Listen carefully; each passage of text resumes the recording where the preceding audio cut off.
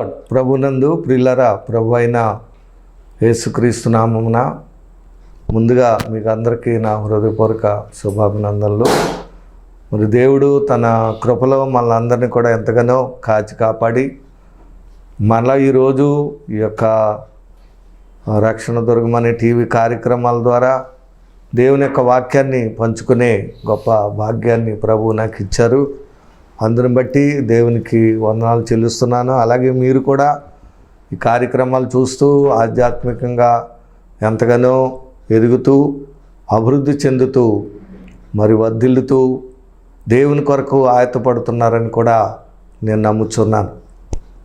ముఖ్యంగా ఈ కార్యక్రమాలు ఛానల్లో కొంత మార్పు వచ్చినది, అది మీరు తెలియజేయాలని కోరుకుంటున్నాను. ఇంతకుముందు దేవోక్తిలో మనకి కార్యక్రమాలు సోమవారం, గురువారం, అలాగే శనివారం ఆయా సమయాల్లో వస్తూ ఉండేవి. ఇప్పుడు దేవోక్తి ఛానల్ క్లోజ్ చేయబడటం వల్ల రక్షణ మార్గం అనే టీవీ కార్యక్రమాల్లో మనకి మన చర్చు టీవీ ప్రసారాలు అందులో వస్తున్నాయి. రక్షణ దుర్గం అనేటువంటి మన టీవీ పరిచర్లు అందులో వస్తున్నాయి. వాక్యాన్ని మీరు వినొచ్చు. 103 మీ టీవీలో మరి స్కానింగ్ చేసుకుంటే 103లో రక్షణ మార్గం అనే ఛానల్ వస్తుంది. అందులో వారానికి 3 రోజులు కూడా మనకి ఈ కార్యక్రమాలు మీరు యథాప్రకారం వినొచ్చు. ఈ మార్పు మీరు గమనించి ఆ కార్యక్రమాలు చూడాలని ముందుగా ఈ మాటలు తెలియజేస్తున్నాను. మరి గత వారంలో మనం నేర్చుకున్నాం, మరి కాలం బహు కొంచెముగా ఉన్నది, వచ్చుచున్నవాడు ఆలస్యం చేయక త్వరగా వస్తున్నాడు. నా ఎదుట నీతిమంతుడైన వాడు విశ్వాస మూలముగా జీవించును. అయితే అతడు వెనుక తీసిన ఎడల అతని అందున ఆత్మకు సంతోషం ఉండదని ప్రభు చెప్పిన మాటను బట్టి గత వారం మనం రాకడలో ఉన్నాం. మన విశ్వాసాన్ని జాగ్రత్తగా కాపాడుకోవాలనే విధానంలో కొంత సందేశం మీకు ఇవ్వటం జరిగింది. అదే ప్రకారంగా ఆయన రాకడ బహు సమీపం ఉంది కాబట్టి ఈరోజు కూడా ఆ రాకడలో మనం ఏ విధంగా ఉండాలి, క్రైస్తవులు ఏ విధంగా ఉంటే ఎత్తబడతారనేటువంటి సందేశాన్ని ఈరోజు మరొక అంశం ద్వారా మనం నేర్చుకోబోతున్నాం. దాన్ని దేవుని పరిశుద్ధ గ్రంథములో నుండి 1 కొరింథీయులకు రాసిన పత్రిక 13వ అధ్యాయము 13వ వచనం మనం చదువుకుందాం. కాగా విశ్వాసము, నిరీక్షణ, ప్రేమ అను 3ను నిలుచును. వీటిలో శ్రేష్టమైనది ప్రేమయే. హల్లెలూయా. ఇప్పుడు మన విశ్వాసం గురించి క్రైస్తవ జీవితం అనేది ఏదో ఆచారములతో కూడింది కానీ it is the way of living, జీవిత విధానం. క్రైస్తవం అంటే జీవించే జీవితం. ఎలా జీవించాలి అంటే విశ్వాసంతో జీవించాలి. మళ్ళీ ఇంకోటి లేదు, అది ఉంటే పనిచేయదు. ఇంకా విశ్వాసం కానిదేదో అది దైవత్వం కాదు. నేర్చుకున్నాం. రెండవది ఈరోజు మనం ఏం నేర్చుకుంటున్నామంటే కాగా విశ్వాసము, నిరీక్షణ, ప్రేమ ఈ 3ను నిలుచును. 3 కూడా ఉంటాయండి. ఈ 3 ఉండేవంట చివరి వరకు. 1 విశ్వాసము, 2 నిరీక్షణ, 3 ప్రేమ. మనం గత వారం విశ్వాసం గురించి నేర్చుకున్నాం. మనం కూడా విశ్వాసులుగా ఉండే అవకాశం ఉంది నువ్వు జాగ్రత్తగా జీవించగలిగితే. లేకపోతే అనేకులు పాడైపోయినారు కూడా అయిపోవచ్చు. తప్పి అందులో ఏమీ ఇబ్బంది ఏమీ లేదు. తర్వాత వాళ్ళు అనుభవించుకుంటారు. కానీ స్థిరంగా ఉండేది మాత్రం విశ్వాసం. స్థిరమైనది, బలమైనది నీ విశ్వాసం. నీతో కూడా ఉండేది నీ విశ్వాసమే. నిన్ను నడిపించేది నీ విశ్వాసం. నిన్ను పరలోకానికి చేర్చేది విశ్వాసం. ఈరోజైతే విశ్వాసము, నిరీక్షణ ఈ 2 ఒకే మాటగా మనం చెప్పుకోవచ్చు. దాంట్లో డివిజన్ అనేది పెద్ద. నిరీక్షణ అన్న విశ్వాసం అన్న ఒకలాగా ఉంటుంది. 3వది ప్రేమ. ఈ 3 శ్రేష్టమైనది ప్రేమేనంట. హల్లెలూయా. సరే, క్రైస్తవ జీవితం అనేది దేని మీద కట్టబడుతుందంటే ప్రేమ అనేటువంటి జీవితం మీద ప్రేమ కలిగి ఉండుట. క్రైస్తవుడిగా ఉండడం అంటే, క్రైస్తవ జీవితం జీవించడం అంటే ప్రేమ కలిగి ఉండడమే. ఎందుకంటే దేవుడు ప్రేమామయుడు గనుక. ప్రేమ అనేది చాలా గొప్పది.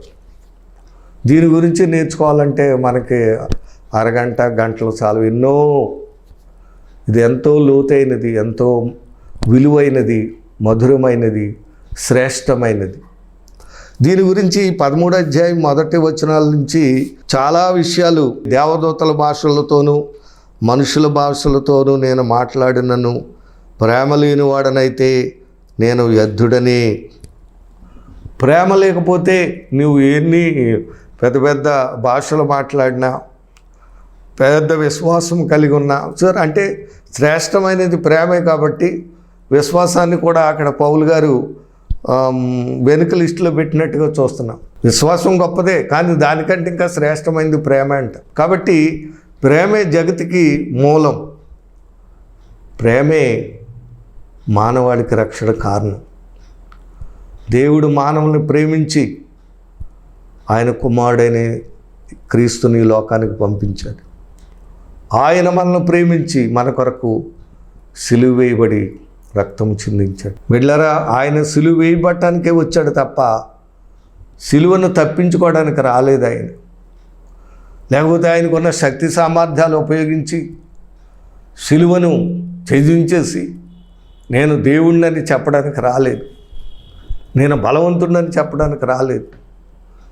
సిలువ వేయబడుట ద్వారా మానవాళికి వచ్చే ఆ మేలేంటో దానిని మనకి ఇవ్వడానికి యేసే వచ్చాడు. హల్లెలూయా. ఈరోజు సిలువ వేయబడ్డాడు కాబట్టే మనందరికీ గొప్ప రక్షణ దొరికింది. రక్షణ పొందాము కాబట్టి నిత్య జీవం అనేది మనకుంది. నిత్య జీవం మనకు ఉంది కాబట్టి ప్రభు మనల్ని తీసుకెళ్ళటానికి మళ్ళా రెండోసారి రాబోతున్నాడు. ఆయన రాకడకు మనం ఎలా ఉండాలో అటువంటి జీవిత విధానాన్ని యేసయ్య మనకి తన ఆత్మ ద్వారా మనకిచ్చి నడిపిస్తూ ఉన్నాడు. హల్లెలూయా. ఈరోజు ఇంత గొప్ప సత్యం ఆయన సిలువ వేయబడుట ద్వారా దొరికినట్లుగా మనం చూస్తున్నాం. బిళ్ళరా, ఆయన సిలువ మీద ఉన్నప్పుడు ఎంతోమంది హేళన చేశారు. నువ్వు దేవుని కుమారుడు కదా, దేవాలయం పడగొట్టి 3 దినాల్లో లేపుతానన్నావు కాబట్టి నువ్వు ఆ సిలువ మీద నుండి దిగువు అన్నారు. నిజంగా ఆయన దిగొస్తే ఈరోజు మానవాళికి రక్షణ ఉండినా? అలాగే సిలువ మీద ఉన్న 2 దొంగలు, ఒక దొంగ నిన్ను నీవు రక్షించుకొని మమ్మల్ని కూడా రక్షించవచ్చు కదా అనేసి అన్నట్టుగా మాట్లాడాడు. అయితే ఆయన ఎందుకు సిలువ వేయబడుతున్నాడని ఆ కుడివైపునున్న దొంగ గమనించాడు. ఆయన నీతిమంతుడని తెలుసుకున్నాడు. ఆయన మనల్ని విమోచించడానికే ప్రాణం పెట్టడానికి వచ్చాడని తెలుసుకుని విధేయుడై ఆయనను అంగీకరించాడు. కాబట్టే నేడు నీవు నాతో కూడా పరదేశంలో ఉంటావని పరలోకం వెళ్ళాడు. హల్లెలూయా. యేసు మనల్ని రక్షించడానికి లోకానికి వచ్చాడు, రక్షించి నిత్య జీవనం ఇవ్వడానికి వచ్చాడు. ఈ సత్యం ఆ దొంగ గమనించాడు, విశ్వసించాడు. ఈరోజు ఆయన గురించి హేళనగా మాట్లాడటం కాదు, ఈ సిలువ అనేది వెరితనంగా నువ్వు తలంచడం కాదు. నువ్వు ఆయన నీ కొరకు చనిపోయాడని, నీవు పొందవలసిన శిక్షను భరించాడని, నీవు పొందవలసిన మరణాన్ని ఆయన పొంది ఆ పాపము నుండి, ఆ శాపము నుండి, దానివల్ల వచ్చే మరణము నుండి నిన్ను విమోచించి నీతివంతుడిగా, ఒక రాజుగా, యాజకుడిగా, పరిశుద్ధుడిగా పరలోకమునకు వెళ్ళి గొప్ప భక్తుడిగా నిన్ను చేశాడని నువ్వు నమ్మి ఆయన వేడుకుంటే ఖచ్చితంగా నిన్ను కూడా ఆయన రక్షించడానికి సిద్ధంగా ఉన్నాడు. ఈ రోజున హేళన చేసేవారు ఎక్కువ మంది ఉన్నారు, కానీ విశ్వసించేవారు తక్కువ మంది పెట్టారు. కాబట్టి ఈరోజు వాక్యం వింటున్న దేవుని అలాగా ఆయన సిలువ వేయబడి రక్తం చెంది ప్రాణం పెట్టకపోతే ఈ రోజున మానవాళ్ళు మన ఎవరికి రక్షణ లేదు. రక్షణ లేకపోతే నిత్య జీవం లేదు. పాపం వల్ల వచ్చే జీతం మరణం. అయితే ప్రభు అయిన యేసు కృపావరం మన నిత్య జీవం. అర్థమైందండి. మరణంలోని కనుక నరకంలోనికి పడిపోదు, కానీ యేసు ఈ లోకానికి వచ్చి మనల్ని విమోచించి పాప శాపమును విడిపించి మోక్షమునకు ఇవ్వడానికే యేసు లోకానికి వచ్చాడు. వచ్చి అంటే ఇందులో ఇదంతా ఏంటది? ఇందులో ఏం కనబడుతుంది? దేవుడు ఆయన కుమారుడు పంపించడం, ఆయన మన కొరకు సిలువ వేయబడటం, ఇదంతా అందులో ఏముంది? ప్రేమ ఉంది అంతే. కనికరం, ప్రేమ, దయ, జాలి కలిగిన వాడు దేవుడు. యోహాను 3:16 మనం చదువుకుంటున్నాం. దేవుడు లోకమును ఎంతో ప్రేమించాడు. సరే, కాగా ఆయన తన అద్వితీయ కుమారునిగా పుట్టినవాని యందు ఆయన కుమారుని పంపించాడు. అలాగ పుట్టినవాని యందు ఎవడు విశ్వాసిస్తాడో వాడు నశింపక నిత్య జీవం పొందినట్లు ఆయనను అనుగ్రహించాడు. హల్లెలూయా. అలాగే రోమాపత్రికలు ఉంటుంది, ఆయన ఇంకను మనం ఇంకను పాపులమై ఉండగానే క్రీస్తు మనలను ప్రేమించి మన కొరకు సిలువ వేయబడ్డాడని ఉంది. సరే, so that is the love. అదే ప్రేమ, అదే క్రైస్తత్వం. అదే నీ జీవితంలో నేర్చుకుంటే, ఆ ఆత్మీయ జీవితం నీకుంటే, ఆ ప్రేమ కలిగిన జీవితం నీకుంటే, ఆ ఆత్మీయ జీవితం నీకుంటే ఖచ్చితంగా నీవు దేవుని రాజ్యానికి వారసుడు అవుతావు. ఏం అనుమానం లేదు. అందుకనే గలతీ పత్రికలో ఆత్మీయ ఫలాల గురించి పౌలు ఎంతో చక్కగా వివరించారండి. అందులో 5:22 మనం చదువుకుంటాం. అయితే ఆత్మఫలం ఏమనగా, శరీర కార్యాల గురించి వివరించారు. 22లో ఆత్మఫలం ఏమనగా, సరే, దేవుని ఆత్మను పొందుకున్న తర్వాత ఆ ఫలాలు మన జీవితంలోకి వస్తాయి. సైతాను ఉంటే సైతాను పట్టిన జీవితం వేరు. నెమ్మది ఉండదు, శాంతి ఉండదు, సమాధానం ఉండదు, అల్లరి, గొడవ, భయంకరమైనటువంటి బలహీనతలు, రోగాలు, నెమ్మది లేని స్థితి, దౌర్భాగ్య స్థితి, లేకపోతే ఆర్థికంగా కూడా పేదరికంలో ఉంటాం. ఇలాగా అపవాది పట్టిన జీవితం చాలా ఘోరమైంది వీళ్ళారు. అలాంటి ఘోరమైన జీవితం నుండి మనల్ని విమోచించి, విడిపించి, స్వస్థపరిచి, రక్షణ ఇచ్చి వెళ్ళారా చక్కటి ఆత్మీయ జీవితాన్ని ఇవ్వడానికి ప్రభు వచ్చారు. ఇప్పుడు ఆత్మీయ జీవితం మనకి ఎప్పుడైతే వచ్చిందో మనలో కలిగే ఆ ఫలం ఏంటంటే, మొట్టమొదట ఆత్మపాపం ఏమనగా ప్రేమ. హల్లెలూయా. సరే, రెండోది సంతోషము. ఒకటి ప్రేమ శ్రేష్టమైంది, ఫస్ట్ లిస్టులో పెట్టాడు ఆయన. పౌలు గారు ఎప్పుడు కూడా ఒక లవ్వింగ్ అపోస్తలుగా, ప్రేమ కలిగిన అపోస్తలుడుగా, అన్యజనులకు అపోస్తలుడుగా, అన్యజనులు ప్రేమించిన వాడు పౌలయ్య గారు. అన్యజనులు ప్రేమించేవాడే నిజ క్రైస్తవుడు. అన్యజనుల్ని ద్వేషించకూడదు. రక్షణ పొందిన వాళ్ళని మనం ద్వేషించకూడదు, వాళ్ళని ప్రేమించాలి. ఇంకా క్రైస్తవులైన అని పాడైపోయిన వాళ్ళకి పరలోకం ఉందో రక్షణ ఉందో తెలియదు, కానీ అన్యజనులకు మాత్రం వారు రక్షణ పొంది దేవుని వైపు వచ్చే అవకాశం ఉంది. అందువలన వారి విషయంలో ఎప్పుడు సువార్త ప్రకటించాలి, వారిని ప్రేమించాలి, వారిని గౌరవిస్తూ వారిని దేవుని విధానంలోనికి, దేవుని ప్రేమను వారు పొందుకునేటట్లుగా మనం చేయాలి తప్ప అన్యజనుల్ని మనం ఎప్పుడు కూడా విమర్శించకూడదు, లేకపోతే వారిని మనం ద్వేషించకూడదు. అది ప్రేమించాలి. ఇప్పుడు హల్లెలూయా. ప్రేమే క్రైస్తత్వ జీవితానికి పునాది. ప్రేమ కలిగినప్పుడే మనం ఎవరినైనా రక్షించగలం. కాబట్టి అపోస్తలుడైన పౌలు ఈ ప్రేమ గురించి చాలా, ఇందాక మన కొరింథీ పత్రికలో శ్రేష్టమైనది ప్రేమ అన్నాడు. 13వ అధ్యాయం మొదటి నుంచి డమ్మము లేనిది, మరి మితముగా మాట్లాడింది, మరి ఎన్నో మాటలు ఉన్నాయి అందులో. ఓర్చుకునేది, ఇతరులను క్షమించేది, రకరకాలుగా నడిచేదని చక్కగా ప్రేమను గురించి వివరిస్తాడు. ఇక్కడ కూడా ఆత్మఫలాల్లో మొట్టమొదటిది ప్రేమే అంటున్నాడు. తర్వాత సంతోషం. దేవుని బిడ్డలు ఆనందంగా, సంతోషంగా ఉంటారు, ప్రేమ కలిగి ఉంటారు, సంతోషం కలిగి ఉంటారు. తర్వాత సమాధానము, తర్వాత దీర్ఘశాంతము, దయాళత్వము, శాంతి, సమాధానం ప్రభువులో ఉంది. అందువల్ల ప్రేమ, సంతోషము, శాంతము, దయాళత్వం, మంచితనము, విశ్వాసము, సాత్వికము, ఆశా నిగ్రహము. హల్లెలూయా. సరే, విశ్వాసం కూడా ఇందులో లిస్టులో ఉంది. మనం చెప్పుకునే లిస్టులో ఒక్కోదాన్ని ఒక చెప్పుకుంటే అన్నిటిలోనూ ఇవి ఉన్నాయి. అంటే ఫార్మోస్ట్ ఇంపార్టెంట్ లైఫ్ అన్నమాట అది, విశ్వాస జీవితం. అలాగే రెండోది మనం నేర్చుకుంటున్నాం ప్రేమ కలిగిన జీవితం. ఇది కూడా అన్నిటిలోనూ పౌలు గారు హెచ్చరిక చేస్తూ ఉన్నాడు. క్రైస్తత్వం అనేది దేంట్లో కట్టబడుతుందంటే ప్రేమలోనే కట్టబడుతుంది. ప్రేమించేవాడే క్రైస్తవుడు. సాటి మనిషిని ప్రేమించేవాడే. మరి బైబిల్లో చెప్తున్న నిన్ను వలే నీ పొరుగు వారిని ప్రేమించేదే క్రైస్తత్వం. సో ఎవరు ప్రేమిస్తున్నారు, ఎవరు ప్రేమించలేదు తర్వాత మాట. అది కలిగి లేరు అనుకోండి, ఆ తర్వాత వాళ్ళు అనుభవించేది వాళ్ళు అనుభవిస్తారు, మనం అనుకోక్కర్లేదు. కలిగి ఉంటే మాత్రం ఖచ్చితంగా దేవుని రాజ్యంలో వారు చేరుకుంటారు. చివరి వరకు ఉండేది అదే, నడిపించేది అదే, చాలా చక్కటి యోగ్యులుగా తీర్చిదిద్దేది అదే.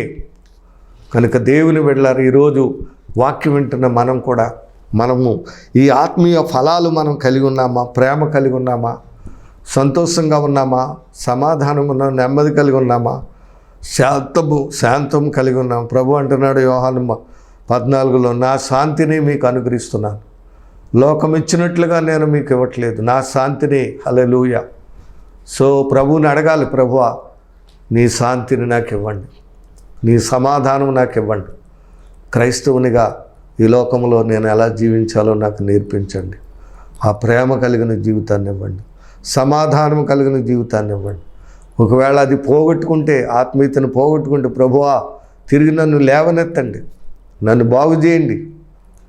నాకు ముందున్న ఆ ప్రేమ, ముందున్నటువంటి ఆ కరుణ, జాలి, దయ కలిగిన జీవితం, ఆ యొక్క సమాధానం కలిగిన జీవితం, నెమ్మది కలిగిన జీవితం, సంతోష ఆనందములతో జీవించిన జీవితం, నోటి నిండా నవ్వు, ఆనందం ఉండే పాటలు, ప్రార్థన జీవితం నాకు ఇవ్వండి ప్రభువా. నా ఆత్మీయ జీవితాన్ని బాగు చేయండి ప్రభు అని మనం ప్రభుని వేడుకోవాలి తప్ప అతలకు లేదు, వాళ్ళకి లేదు, వీళ్ళకి లేదు, వాళ్ళకి లేదని మనం అనుకోవడం కాదు. మనం కలిగి ఉన్నామా లేదా అనుకుని, లేకపోతే ప్రభువుని వేడుకొని నాకు అటువంటి జీవితం నాకు ఇవ్వండి ప్రభు అని మనం ప్రార్థించే వారంగా ఉండాలి. కాబట్టి ఇవన్నీ కూడా చాలా విశ్వాసము, నిరీక్షణ, సంతోషము, సమాధానము, దీర్ఘశాంతము, దయాళత్వము, మంచితనము, విశ్వాసము, సాత్వికము, ఆశా నిగ్రహము, ఇట్టి వారికి విరోధమైన నియమం ఏదీ లేదు. ఇక ఇవి కలిగి ఉన్నట్లయితే మనం దేవునికి విరుద్ధమైంది ఇందులో ఇంకేది ఉండదు. ఇంకా వాళ్ళలో దేవునికి విరుద్ధమైంది ఏది ఉండదు. వారు దేవుని రాజ్యంలో చేరుకుంటారు, దేవుని పిల్లల వారు. ఇంకా ఈ యొక్క జీవిత విధానం ఎవరికైతే అలవడిందో, ఈ ప్రేమ, సంతోష, సమాధానం అని శాంతము, నెమ్మది కలిగిన జీవితం ఎవరికైతే వస్తుందో వారు దేవుని పిల్లలుగా, క్రైస్తవులుగా ఉంటారు, పరలోకం చేరతారు. లేదంటే మరణమునకు తగిన వారని ఉంది. శరీర కార్యములు చేసిన వారు దేవుని రాజ్యమునకు హక్కుదారులు కారని వ్రాయబడినట్లుగా మనం చూస్తున్నాం. అట్టి క్రియలు చేయువారు మరి మరణమునకు కారకులవుతున్నని వాక్యం చెప్తుంది. ఎట్టి క్రియలు ముందు నేర్పిన ఆ క్రియలు మనం జీవించినట్లయితే మరి లోబెత్వం, జారత్వం, ఇలాంటి దొంగతనాలు, నరహత్యలు, ఇలాంటి శారీరక జీవితం మనలో ఉంటే అది నరకానికి తీర్చుదని మనం చెప్తున్నాం. కనుక దేవుని వాక్యం ఉంటున్న దేవుని బిడ్డలారా, మనం ఈ అనుభవాలు మనం కలిగి జీవించాలి. అదని ప్రభు ఎప్పుడు వస్తాడు. రాకడ సమీపమైందని ఇందాక గత వారం చెప్పి, ఇదిగో నేను త్వరగా, ప్రకటన గ్రంథంలో కూడా ఇదిగో నేను త్వరగా వస్తున్నాను, వచ్చుచున్నవాడు ఆలస్యం చేయక వచ్చున్నాడు. ఇందాక హెబ్రీలో చదువుకున్నాం, కాలం బహు కొంచెంగా ఉన్నది అన్నట్లు. కాబట్టి వచ్చేవాడు ఆలస్యం చేయకుండా రాకడ అనేది ఉంది. అయితే ఆ రాకడలో మనం ఎత్తబడాలంటే క్రైస్తవులైన మనం ఏ విధంగా జీవించాలి, ఏ విధంగా ఉంటే ఎత్తబడతాం, లేదంటే విడిచిపెట్టబడతాం అనేటువంటి జీవితాన్ని మనం సంపాదించుకొని, ఏదో క్రైస్తత్వం అంటే ఒట్టి జీవితం కాదు, లేకపోతే ఒక గమ్యం, గురి లేనిటువంటిది కాదు, దశ దిశ లేని జీవితం కాదు, ఏదో ఆచారములతో కూడినది మాత్రం కాదు. It is the way of living. ఇది ఒక గొప్ప జయకరమైన జీవితం, జీవించే జీవితం, నడిచే జీవితం, అనుభవించే జీవితం, నిత్య జీవం చేరే జీవితం.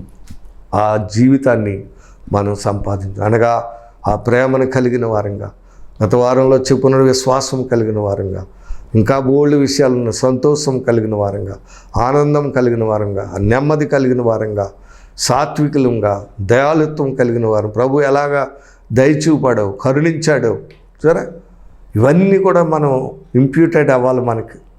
అదే క్రీస్తులో ఉన్న ఆత్మీయ జీవితం మనకు కలిగి ఉండటం. సో కరుణ, దయ, జాలి, కనికరములు ఎలాగైతే ఆయన కలిగి జీవించాడో, అలాగే మనం కూడా వాక్యము వింటున్న మనం, దేవుణ్ణి నమ్ముకున్న మనం కూడా అటువంటి ఆత్మీయ జీవితాన్ని కలిగి జీవించినప్పుడు ఖచ్చితంగా దేవుని రాజ్యానికి వారసులం అవుతామనేటువంటి సత్యాన్ని మనం అందరం కూడా తెలుసుకోవాలని మనం చేస్తున్నాను. క్రీస్తు యేసు సంబంధులు శరీరమును దాని ఇచ్చలతోనూ సిలువ వేసి ఉన్నారు. అర్థమైందండి? ప్రభువుని ఏం చేశారు? శరీరమును దాని ఇచ్చలతోనూ ప్రభువుని సిలువ వేస్తున్నారు. యేసయ్య సిలువ వేయబడ్డాడు ఒకసారి. ఇప్పుడు మళ్ళీ మనం ఆ క్రియలే చేస్తుంటే ఆ శారీరక క్రియలే మనం చేస్తున్నామంటే దాని అర్థం ఏంటంటే మళ్ళీ మనం ఆయన్ని సిలువ వేస్తున్నాం అన్నమాట. అర్థమైందండి? శరీర సంబంధమైన క్రియలు ఏంటంటే మనల్ని సిలువ వేస్తున్నాయి, ఆయన్ని సిలువ వేస్తున్నాయి మళ్ళా. కాబట్టి మనం సిలువ వేసేవారం కాకుండా ఆ రోజున వారు కూడా ఆ రకమైన క్రియల వల్ల ఆయన సిలువ వేశారు. కానీ ఆయన మన కొరకు సిలువ వేయబడ్డాడు. మనం ఇప్పుడు శరీర సంబంధులైన మనుషులు వాళ్ళు ఎలా సిలువ వేశారో అలాగ ఆయన మనం సిలువ వేసేవారం కాకుండా ఆ సిలువలో వేలాడుతున్న యేసును నమ్మి ఆయన ఇచ్చే రక్షణ ఆత్మీయ జీవితాన్ని సంపాదించుకొని ఆయన ఎలాంటి జీవితం జీవించారో, ఎలాంటి ప్రేమ సంతోష సమాధానములు కలిగి ఆయన దయ కలిగి జాలి కలిగి ప్రేమ కలిగి ఎలాగ జీవించారో అలాగే మనం కూడా క్రైస్తవులంగా అలాంటి జీవిత విధానం జీవించి మన అందరికీ గురుంది, పరలోకము, నిత్యజీవం ఉంది. హల్లెలూయా! పరలోకం ఉంది. ఏ గురి లేని వాళ్ళం కాదు. గమ్యం అనేది మనకు ఉంది, మోక్షం ఉంది, నిత్యజీవం ఉంది. అర్థమైందండి? ఈరోజు నువ్వు ఒంటరిగా నిన్ను అందరూ విడిచిపెట్టేయచ్చు, లేకపోతే ఈరోజు నీకెవరూ లేఖన వారంగా ఉండొచ్చు, కానీ పరలోకంలో యేసే నీతో ఉంటాడు. నిత్య జీవములో యేసుతో మనం ఉంటాం. దేవుని రాజ్యములో చేరుకునే బిడలంగా మనం ఉంటాం. ఆయన కొరకు ఆయత్తపడి ఉంటే ఖచ్చితంగా యుగములు కూడా ఆయనతో జీవించే జీవితము యేసు మనకిస్తున్నాడు. కాబట్టి ప్రభు కొరకు సదాకాలం ఉండే జీవితం, యుగములు కూడా ప్రభుతో జీవితం. ఈ లోకం ఎంతకాలం బ్రతుకుతాం? అబ్రహాము ఈ లోకంలో జీవించినప్పుడు నిరీక్షణ కలిగి విశ్వాసం కలిగి జీవించాడంట. దేని కొరకు? పునాదులు గల పట్టణం కొరకు ఎదురు చూచాడంట. అందువల్లే అతడు నీతికి వారసుడయ్యాడు. ప్రతి దాన్ని విశ్వాసం నమ్మాడు అబ్రహాం. దేవుణ్ణి ప్రతి విషయంలోనూ నమ్మాడు. దేవుని రాజ్యము కొరకు ఆయత్తపడ్డాడు. ఈరోజు క్రైస్తవులైన మనం కూడా అంతే. విశ్వాసముతో ప్రతి దాన్ని నమ్మాలి. ప్రతి విషయంలోనూ దేవుని ప్రేమను కలిగి దేవుని కొరకు మన విశ్వాసంలో ఉండి రాకడ ఉన్నది, రాజ్యం ఉన్నది, ఆయన రాకడలో ఎత్తబడే జీవితం ఉన్నది అని మనకు ఒక గమ్యం ఉంది, గురి ఉందని మనం తెలుసుకొని ఆయన రాకడ కొరకు ఎదురు చూచి బిడ్డలుగా ఉండడమే మన ధ్యేయం, మన గమ్యం, మనకు గురి. సో ఈరోజు మనం క్రైస్తవ జీవితం ఏ విధంగా ఉంది? ఏదో నామినల్ క్రైస్తవులుగా ఉన్నామా, లేక రక్షణ పొంది మంచి ఆత్మీయ జీవితం కలిగి ప్రభు ఇచ్చే ఆ ప్రేమ సంతోష సమాధానములు విశ్వాసం నిరీక్షణ కలిగి భక్తి కలిగి ప్రభు కొరకు ఎదురు చూచి ఆయత్తపడి పరలోకం చేరే బిడ్డలుగా ఉన్నామా, నిత్య జీవాన్ని స్వతంత్రించుకునే బిడ్డలుగా ఉన్నామా అనేది మనకి నేర్చుకోవాలి. మనకి పరలోకం అనేది ఉట్టిగానే రాదు బిడ్డలారా. ఆయన ఇచ్చే జీవితాన్ని మనం సంపాదించుకోవాలి. నిత్య జీవానికి సంబంధించిన ఆత్మీయ జీవితం మనకు ఉంటేనే పరలోకం వెళ్తాం. ఆ విశ్వాసం ప్రేమ సంతోష సమాధానాలు ఉంటేనే దేవుని కార్యాలు చూడగలుగుతాం, దేవుని రాజ్యాన్ని చేరగలుగుతాం. అదే అనుభవం మనం ఈరోజు నేను మీకు చెప్పేదంతా ఇదే. ఈ సత్యం అంతా కూడా దాని గురించి. గత వారం ఏంటి, ఈ వారం ఏంటి, అంతా కూడా అదే. మనం ఒట్టి జీవితమును, క్రైస్తవ జీవితం అంటే ఒట్టిది కాదు. మనకొక నిరీక్షణ ఉంది, మనకొక విశ్వాసం ఉంది, దేవుని రాజ్యం ఉన్నది, పరలోకం ఉంది, నిత్యజయం ఉంది. అందులో మనం చేరాలి, దాని కొరకు ఆయత్తపడాలి. ఆయన రాబోతున్నాడు త్వరగా, లోకం అంతిమ కాబోతుంది. రాకడ ప్రతిదీ కూడా ప్రభు రాకడ వస్తుందని బోధిస్తూ ఉన్నాయి. భూకంపం వస్తుందంటే భూమి మనతో మాట్లాడుతుందంట, ఆయన వస్తున్నాడని చెప్తుందంట భూకంపం. కానీ మనం వింటలేదు. ఈ గత సంవత్సరంలో ఎన్నో భూకంపాలు, గత కొన్ని వారాల్లో 1 నెల క్రితం కూడా భూకంపం ఎక్కడెక్కడో జరిగి మొన్న పెద్ద దేశంలో భవనాలు కూలిపోయినట్టు చూసిన. ఇవన్నీ ఎందుకు? కరువులు, భూకంపాలు అని రాకడలో అవి చెప్తున్నాయి మనకి. వినండి, ఏంటో ఏం సందేశం ఇస్తున్నాయో నేర్చుకోండి.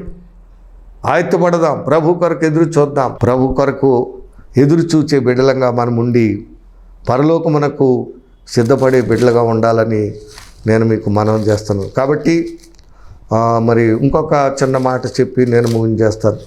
రోమపత్రిక 6వ అధ్యాయము 23వ వచనం. ఏలైనగా పాపం వల్ల వచ్చు జీతము మరణము, అయితే దేవుని కృపావరము ప్రభు అయిన యేసుక్రీస్తునందు నిత్య జీవము. హల్లెలూయా. సరే, దేవుడు మనకి కృప ద్వారా అనుగ్రహించిన యేసు ప్రభు ఇచ్చే జీవితం అయితే నిత్య జీవము. కాబట్టి క్రీస్తులో నిత్య జీవం ఉంది, పరలోకం ఉంది, రాకడ త్వరగా రాబోతున్నాడు, పరలోకంలో చేర్చే స్థితి రాబోతుంది, మనం అందరం చేరబోయే గమ్యం రాబోతుంది. కాబట్టి ఆయన నిత్య జీవానికి ప్రభు అయిన క్రీస్తు యేసునందు నిత్య జీవం అనేది మనకుందని సత్యాన్ని తెలిసి ఆయనలో జీవించి, ఆయనలో ఉండి, క్రీస్తులో ఉండి ఆ జీవితాన్ని కలిగి జీవిస్తూ ఆయనలో ఎత్తబడి ప్రభులో నిద్రించినప్పుడే, ప్రభువుని కలిగిన బిడ్డలుగా ఉన్నప్పుడే ఎత్తబడతాం, పరలోకం చేస్తాం. అటువంటి బిడ్డలుగా, ఆత్మీయులుగా, విశ్వాసులుగా, భక్తులుగా, ప్రేమ, సంతోష, సమాధానం కలిగి, నెమ్మది కలిగి దేవుల్లో ముందుకు సాగి బిడ్డలుగా ఉండాలని దైవజనుడిగా కోరుతూ ఈ మాటలు ముగిస్తున్నాను. దేవుడి మాటలను దీవించి ఆశీర్వదించునుగాక. ఆమేన్. చిన్న ప్రార్థన. పరమ తండ్రి, ఈరోజు నీ వాక్యం ద్వారా మీరు మాతో మాట్లాడినందుకు వందనాలు. మరి నీ రాకడలో క్రైస్తవులైన మేము ఏ విధంగా జీవించాలో, ఎటువంటి ఆత్మీయతను కలిగి ఉంటే ఎత్తబడతామనే సత్యాలు గత వారం ఈ వారం కూడా మాకు నేర్పించావు. గత వారం విశ్వాసంలో నిలకడగా ఉండాలని చెప్పావు. బలహీనలు అయితే నశించిపోతామని, విశ్వాసంలో ముందుకు సాగే వారంగా ఉండాలని మాకు బోధించావు. అలాగే ఈరోజు ప్రేమ కలిగి ఉండాలని మాకు నేర్పిస్తున్నావు. ప్రేమ లేకపోతే వ్యర్థుడమేని, అన్ని విషయంలో ప్రేమ కలిగిన వారంగా ఉండాలి, ప్రయాసపడాలి. ప్రేమ కలిగి ఉండడానికి ప్రయాసపడండి. ప్రేమను గురించి మాకు అలాగే ఆత్మీయ ఫలాల్లో మొట్టమొదటి ప్రేమని పౌలు గారు ప్రేమను గురించి ఎంతో చక్కగా నేర్పించారు ప్రభు. అందుని బట్టి నీకు వందనాలు చెల్లిస్తున్నా. అటువంటి ఆ జీవితాన్ని లవింగ్ విత్ పీపుల్, ప్రజలతో చక్కగా ప్రేమ కలిగి సంతోషంగా అన్యజనులను కూడా ప్రేమిస్తూ, పౌలు గారు ఎలాగ అన్యజనులకి అపోస్తులై వారందరిని రక్షణలోకి అలాగా ఆయన నిన్ను వల్లే నీ పొరుగు వారిని ప్రేమించమన్నట్లుగా మేము దైవికంగా జీవించి అందరిని ప్రేమించి మేము నీ రాజ్యం చేరుకోవడం కదా, అనేకులు నీ రాజ్యం చేర్చే బిడ్డలుగా మీరు చేయండి. విన్న వాక్యం అందరి హృదయాల్లో పడేది నూరంతలు ఫలించడానికి సాయం చేయండి. ఈరోజు ఎవరైనా వాక్యం వింటున్న బిడ్డలో ఏ బలహీనత ఉన్నా, ఏ వ్యాధి ఉన్నా, ఏ కష్టమున్నా, ఆర్థిక ఇబ్బంది ఉన్నా సరే మీరే వారిని దర్శించి వారికి ఉన్న ఇబ్బందులు, బాధలు, వ్యాధులన్నీ కుదర్చండి తండ్రి. వారిని మీరే స్వస్థపరచండి నాయన. ఆర్థిక ఇబ్బందులు తీర్చండి, కుటుంబ సమస్యలు ఏమన్నా సరే తీర్చి బాగు చేసి గొప్ప ప్రేమ, సంతోషం, సమాధానం వారి హృదయంలో కృమ్మరించండి నాయన. ఆనందాన్ని దయచేయండి, నెమ్మదిని దయచేయండి, సంతోషాన్ని ఇవ్వండి. నీలో ముందుకు సాగిపోయి నిత్య జీవాన్ని స్వతంత్రుని బిళ్ళగా చేయమని ఈ ప్రార్థన నీ పాసను చేర్చుకొని ప్రార్థనకు ప్రతిఫలం దయచేయమని మా ప్రభువును ప్రియరక్షకుడైన యేసు నామమున అడిగి వేడుకొనుచున్నాము తండ్రి. ఆమేన్. God bless you. దేవుడు దీవించును గాక. Thank you.